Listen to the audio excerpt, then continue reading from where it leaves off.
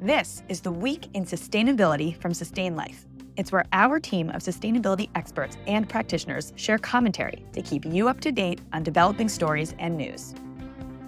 Hello, everyone, and welcome to the Week in Sustainability. Today, we're joined by Gehry Oatey, who works at the Oatey Company, managing their emissions program. Oatey is a plumbing manufacturing company, and I'll pass it over to Gehry first, just to give a brief intro. But the topic for today will be around supply chain emissions and getting a Scope 3 program set up. Gehry, I'll pass it over to you. All right, thanks, Mitch. Appreciate it. So Oatey is a plumbing manufacturing company. Chances are you have some Oatey products in your business or your house, and you might not know. A lot of it's behind the wall. So historically, it's been that way, and only in the past 5 to 10 years we've started to move, into the world of outside your walls into your bathrooms, drains, grab bars, that sort of thing. So not a super complex supply chain, but definitely something that I think mirrors a lot of manufacturing companies across the US. Awesome. Yeah, thanks for that intro, Gehry. And would love to hear. I know you started to set up a Scope 3 program, or you've just kind of begun your Scope 3 journey after doing Scope 1 and 2 emissions for the past 3 years. Love to hear a bit more about that and what your journey has looked like. Super. Yeah. I'll be totally honest. I mean, it's been challenging for us to begin to investigate Scope 3 only because we're starting from scratch. And I think the approach has really we've tried to focus on chipping away at it. And we're really grateful to have good partners in this. And I think this is key. The ecosystem, if it doesn't include either your suppliers or your customers, it's really hard to do these. These are systemic changes or this is systemic data that we're capturing. And so, it looks across the entire supply chain. And so we've tried to look at things like spend for our different raw materials and start to estimate, okay, well, we know we spent this much with supplier X or vendor X. And that means that in this part of the country, it looks like we spent about this amount of emissions in that space. So really starting off of that and then getting feedback from other industry professionals, other climate professionals to better pinpoint, to have the data validated, to get a better sense of how accurate that is. And what's great about it is in the conversation, people get interested and they get interested in trying to make you better. And so we're trying to just bring as many folks into the conversation, either as part of operations or not, that can contribute to. So in doing that, we can provide better analytics. We can look at certain things over time in ways that we weren't before, because we were, if you're walking along that airport walkway and it's just moving all by itself, you got to step off that walkway to see things maybe a little differently. So we're trying to encourage more folks to step off the walkway, evaluate, what data they are collecting, what problems they're trying to solve. And the Scope 3 emissions part of this ultimately allows for improvement in business value. So that's what we're aiming for. And I think that that's why we've been successful in at least getting it off the ground. Yeah, no, I love that last point about business value, being able to identify and kind of match up both the emission side and sustainability objectives with business objectives. Do you mind talking more about how you might have been able to align those two, or how you find those opportunities? Thinking especially about people that are setting up a program for the first time. If it's kind of your first foray into supply chain or Scope 3 emissions, what are some key things someone should look out for? Yeah, well, in our business, obviously margins are really thin. We've been around for a long time. We have good relationships with a lot of mom and pop customers. So for us to do things like raise prices because our supply chain changes, gets very expensive very fast. So the business value in saving money in our supply chain really gets people's attention. And so by offering up more transparency in where some of those dollars are going, moving product from point A, from warehouse A to warehouse B, really helps to define, uh, if you think about a Venn diagram of, say, business value and sustainability together, the Scope 3 emissions allows for better defined transparency between business value and sustainability data. And so we're trying to, you get the accountants in the room, you get the business leaders in the room, the MBAs in the room, and you want to provide the information, and ultimately those folks are going to ask the right questions. They're the decision makers. And so the idea is to try to give enough good information, generate the curiosity, and the engagement just happens naturally. I think the biggest challenge is in that everybody is not always willing to just jump right off that airport walkway. It takes some more convincing or more storytelling or more case studies to propel them to stop, say, wait a minute, I could, maybe we could do this a little differently. So Yeah, yeah, and I really like that analogy of like the airport walkway, where it's even collecting this data, or you have like something with your suppliers where it's like here's been our call it, whether it's like scorecarding, or your procurement team is so used to collecting the same piece of data, and whether that's valuable or not, and going back to the drawing table to say, hey, is this something that you know we maybe want to change, or there's other data that we want to start to collect. How how did you go about working with various stakeholders in the organization to A, do that and kind of have that conversation? And B, what would be some advice to get more buy-in from, for example, like a procurement team, or someone that, already has an established program to maybe include sustainability elements into their program? well, it's a great question. And I mean, one of the ways that I think, or one way that I feel like we have found some success is to be curious. Going into your business or to the supply chain and asking questions. Where are you experiencing the biggest headaches? Where are your biggest cost hurdles? And you oftentimes there is immediate alignment between, well, you're moving product from one part of the United States, maybe even across the ocean, when you could be doing things, you know, much differently, right? You could buy from a different supplier. You could manufacture and keep keep the manufacturing on shore, that kind of thing. So natural business value conversations can happen, and the data transparency not only helps with reporting and sustainability, but it helps the bottom line of, obviously everybody wants to try to be the most efficient and improve the process that you're involved in. So Yeah, no, I love that too.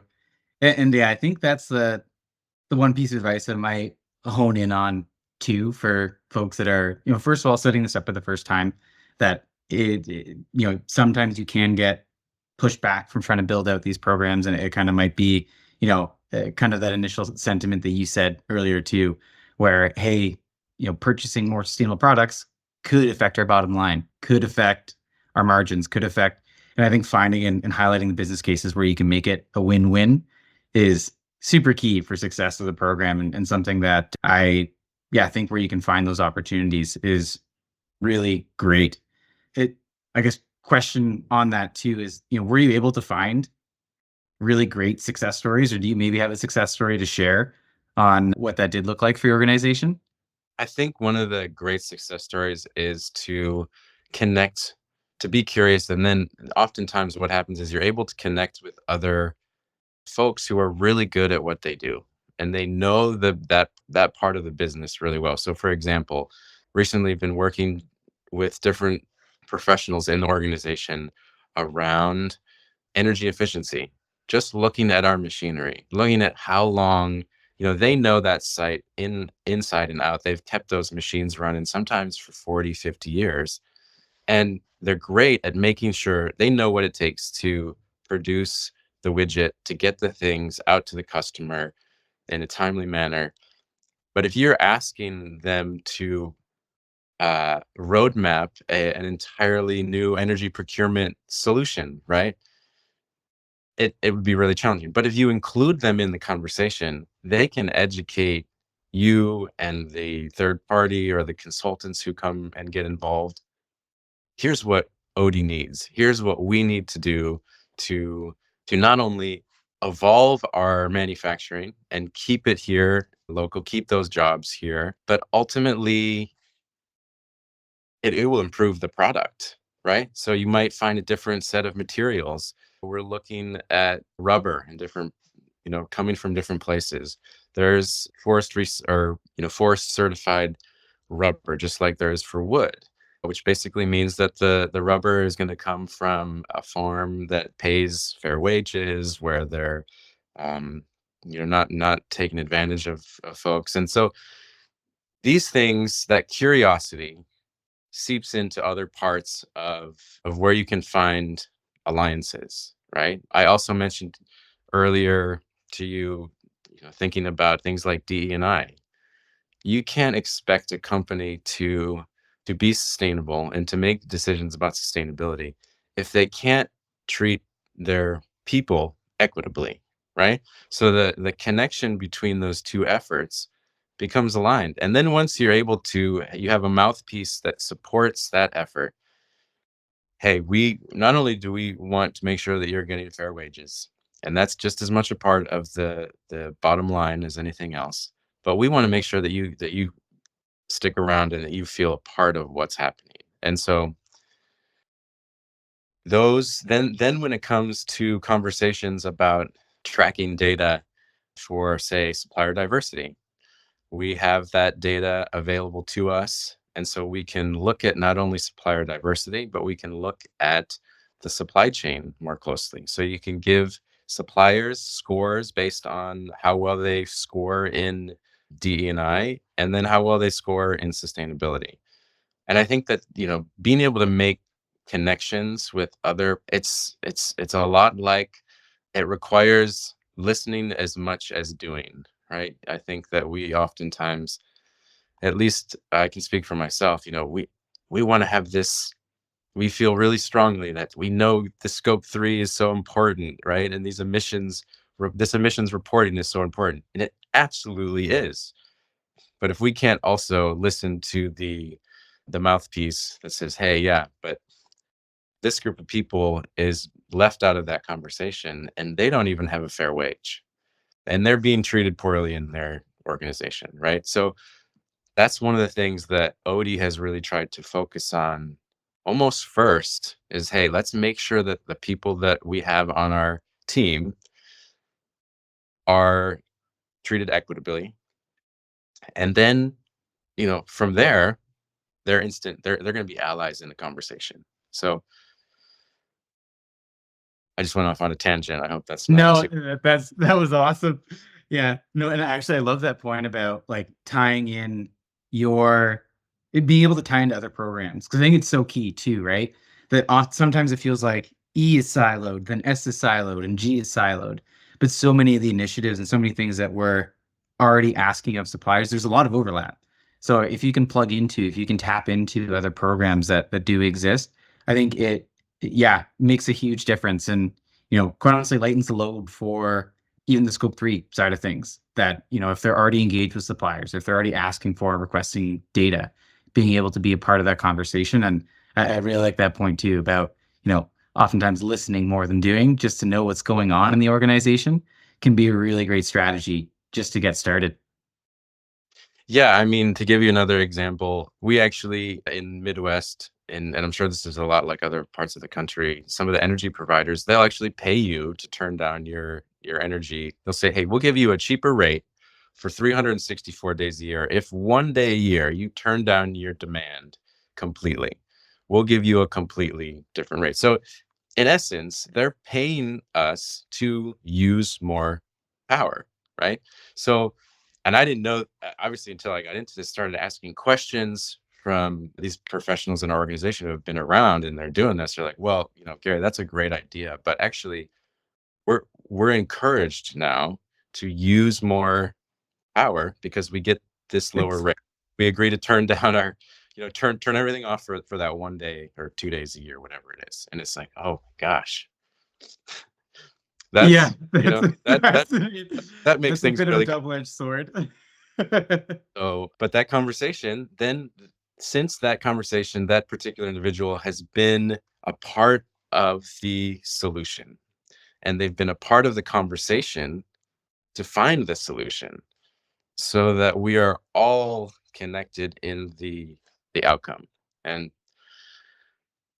you got to be invested, I think, in the long game a little bit, because there will be, and there is, for me personally, I've experienced a lot of frustration and saying, oh gosh, why can't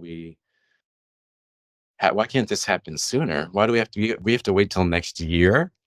Well, in the in the continuum there, that's actually not, it's a short amount of time, because things, at least underground, which a lot of our products have, exist underground, those changes happen slowly for the benefit of most all of us. Otherwise, there'd be, you don't want plumbing to go wrong.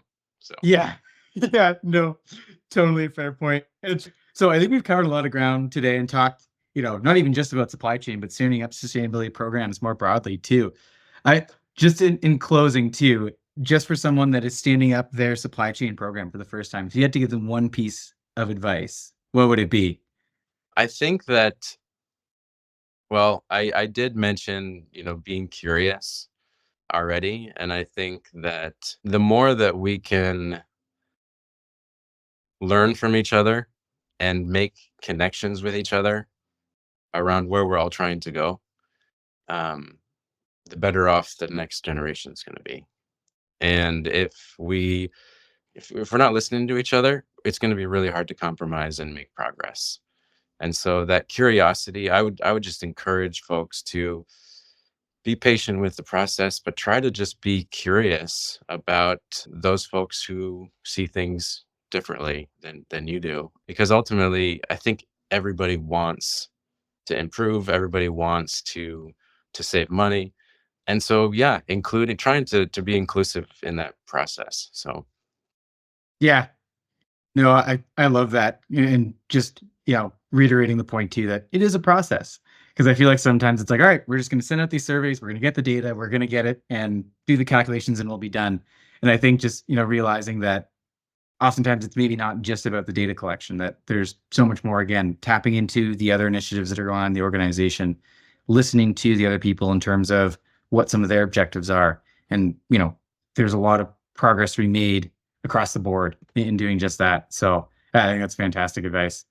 one of the most important things is having a story that resonates with people. I mean, you really have to, and that means creating, working with your marketing department, working with content, and making sure that you have a story that goes to the heart of why you're doing what you're doing. What's your truth, and why is it important that we do this? And if you can do that well, you're going to be successful.